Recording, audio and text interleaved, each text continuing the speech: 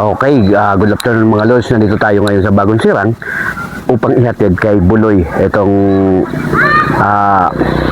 wheelchair, no? Yung wheelchair na hiningi ni Rodel Canada, no? Para kay Buloy. So ngayon mga lods, ngayon na tayo nagkaroon ng time, kaya idadali natin.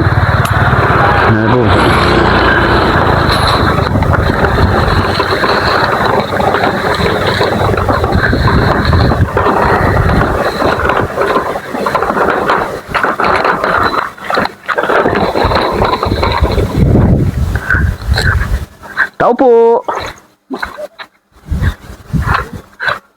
Tao po. Ano?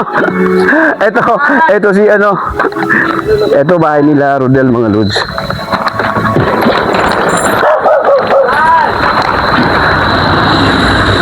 Ano, kumusta na? Kumusta ka na? Hello, Nay. Hello, Nay. Mahal! Asan si ano? Ikaw si Buloy? Ano, kumusta ka na? Kailan ka pa na-stroke? Ano si Mano? Bukod duman, ano pang bigyan nung... Bukod duman, anong dati trabaho mo? Okay lang na video nga. Okay lang. May makagad pagkat ng tuwan. Construction ka dati? Wala ang kataba sa ti. Okay. Ano ka ba yan? Kung hindi ka na nakano, paano na yung ano mo? Sige lang gatuang sa inyo. Tugang ko. Yun na lang talaga. So itong mga, ano tunay mo pangalan? Si Bernardo. Si Bernardo. Ano mo si Rodel? Barkada. Barkada. Mga barkada pala mga lord si Rodel. Ito si ma'am. Anong ano mo ma'am? Ay, ma'am naman. Anong may pagkakitaan mo? Sa Manila po ako that time Pagka-stock niya? Ilang taong ka na? 45. Ano nangyari? Hanta tano? My God. Yan po kasi trabaho sa buong sa tina. Oo. Tapos, hindi ko na, una ko lang, normal lang na ang gamit ko, nabubutsanan ko. Kasi, paglabag ng udto, ay, bako lang normal, ba yung talagang normal na, ang kulay na talaga, ba yung program na ako satisfy ko, hindi kinaturo ba tayo, boss. Pag mata ko yung alauna, trabaho ko na, lalakad sa city ko, bigla na bulusok dyan sa, yan daw nakaturo sa payag nito ko tindahan. Pag tindog, bigla ko na, yan ang bigla ako sa bisip. Ako yan siya inatake? Hindi lang po ito mong karong na. Yan lang. Sa tita ko. Sa tita mo. Bukod naman, hindi ka na ibang namatiman. Yun lang talaga. Ngayon ma'am, ngayon na din na nakatabaho si... Hindi mo? Kasi po. Si Jose, ano na? Paano na? Paano yung Day pa kabayan? man po.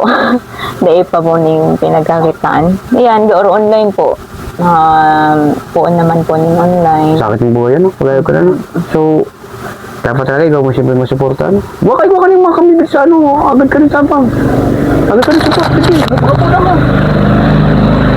So na, ano lang yan, mga idol, boss madam, kahit kunti lamang pong tulong, pangkabuhayan, kahit mga pangtutindahan lang ho. Sana ho, kahit paano po matulungan nyo kami. Maraming salamat po sa inyo lahat. Nabanggit mo, ma'am, ano bang, ma'am, si ano ha? English listening. Nabanggit mo, mapacheck up ko mo sa Lunes. Lunes, sa'in? Sa ano po, Emergency po. Ay, Benji. Sa IBMC ka ba na-admit that time? Okay. Ano po, so CT scan. Yun lang. CT scan lang talaga. Oo. Di pa ako pinalan ng ano, CT scan. So, di Ay, na bulong. Di ka ba na CT scan? yun na po, Ayun na. second, ano na lang po Second. yan. Panduang. Bando. Siyempre meron na basa. Bando, di pa po. Ang ano ko talaga, July 14 ang final. Hindi pa daw taon nakalos, pinilit ko lang makalos.